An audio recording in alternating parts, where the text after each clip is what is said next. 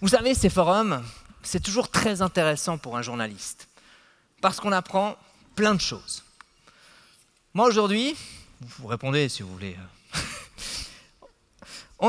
Aujourd'hui, j'ai appris que, par exemple, Prangin, c'est à côté de Nyon. Ça, c'est déjà très intéressant. J'ai appris, grâce à M. Lebas, qui s'en va, que le canton de Vaud, ce n'est pas les États-Unis. Donc ça, c'est déjà aussi drôlement intéressant. J'ai appris que dans le monde de l'entreprise, il fallait être ambitieux. Et ambitieux dans tous les secteurs, et notamment dans les slogans. Alors, Felco crée l'harmonie entre la main et le monde, entre guillemets végétal. Et je me suis dit qu'avec un slogan comme ça, eh bien Felco aurait pu avoir un avenir toujours dans le végétal, mais plutôt sur l'herbe. Ce qui aurait d'ailleurs soulagé M. Lebas pour des décisions difficiles dans l'arbitrage. J'ai aussi appris que les solutions digitales, eh bien, elles sont aussi simples que des cartes de crédit. Et j'ai découvert que l'approche 333 pour réussir sa transition numérique, eh ben, c'est finalement assez rassurant puisque le chiffre 333, symboliquement, ça veut dire ne perdez jamais espoir, vous devez être confiant quant à l'avenir de l'homme et de la terre. Certes, vous êtes quelque peu désabusé quand vous voyez ce qui se passe autour de vous, mais vous devez avoir la foi. Enfin, les deux révélations du jour, malheureusement vous ne l'avez pas utilisé, mais je suis ravi d'apprendre que la RTS fait partie de la fabrique de l'agilité. Je ne le savais pas et je suis ravi de l'apprendre. Et puis la deuxième, c'est que Yves Rossi n'a plus besoin de revenir en Suisse, la relève est assurée. Voilà Cédric, on arrive au terme de ce forum, je t'invite à venir me rejoindre pour quelques mots de conclusion.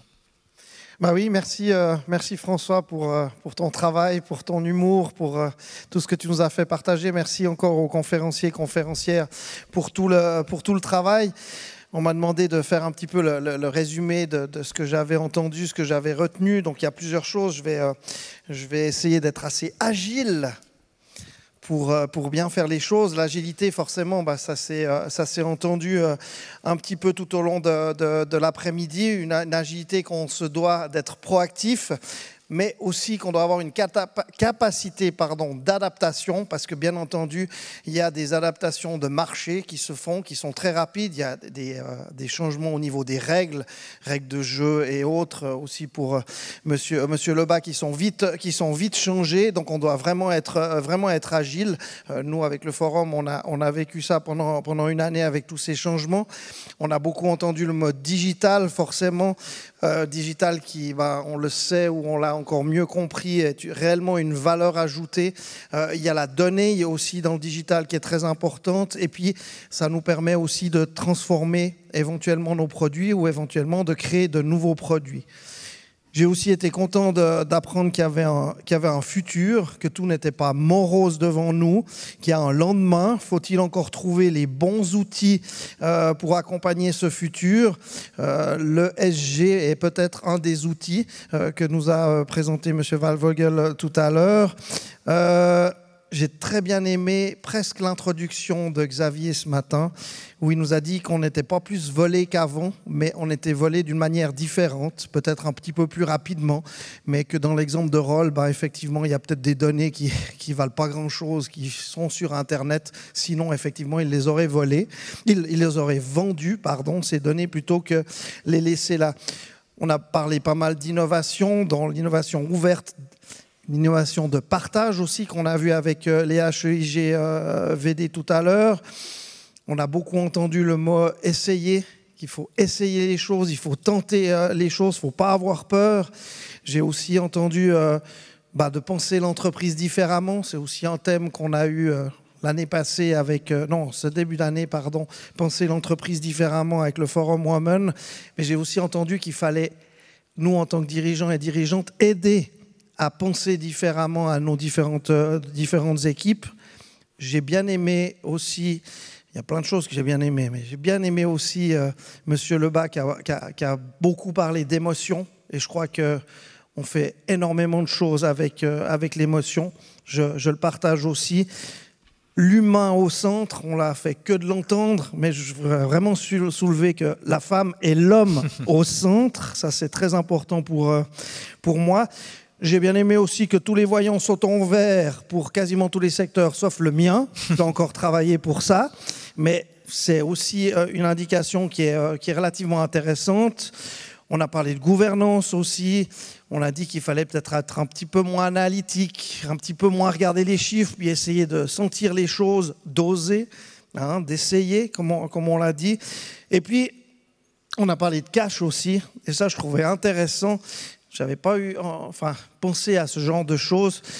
Le cash, il n'est pas mort alors qu'on pensait tous qu'il était mort avec le Covid. Et j'ai bien aimé ce qu'a dit Boissonnas, exactement.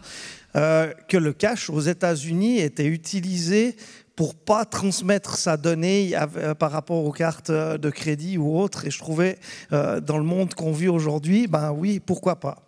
Donc voilà un petit peu le résumé tel que je l'ai derrière mon pupitre depuis toute cet après-midi, pas matinée, vu qu'on est en après-midi et le soir.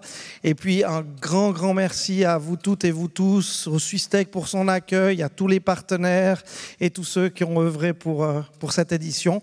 Puis on va parler juste 2 minutes, mais pas long. Non, alors, on vous garde encore avant le cocktail final parce qu'on aimerait, on va vous utiliser, vous êtes là, on aimerait savoir quel serait le thème qui vous intéresserait pour l'année prochaine. C'est vous qui allez choisir. Alors, vous pouvez choisir, vous pouvez scanner le QR code et puis on vous a mis 3 thèmes.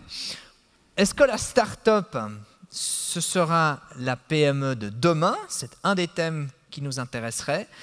Créer et transmettre son entreprise et quelque part les difficultés, facilités que l'on a parlé d'imposition d'ailleurs avec M. Lebas aujourd'hui, ou alors les nouveaux codes des PME, égalité, écologie, gouvernance, work-life balance. Voilà, on a 3 thèmes et on sera intéressé à savoir s'il y a un thème qui prédomine pour vous. Ah, ben voilà, on en a un. Effectivement, peut-être que les nouveaux codes des PME, c'est un thème qui pourrait séduire pour l'année prochaine. Alors justement, l'année prochaine, est-ce qu'on a déjà la date, Cédric? Le 22 septembre 2022. Alors, notez dans votre agenda le 22 septembre 2022. Je vous remercie énormément pour votre attention, pour votre temps, votre disponibilité.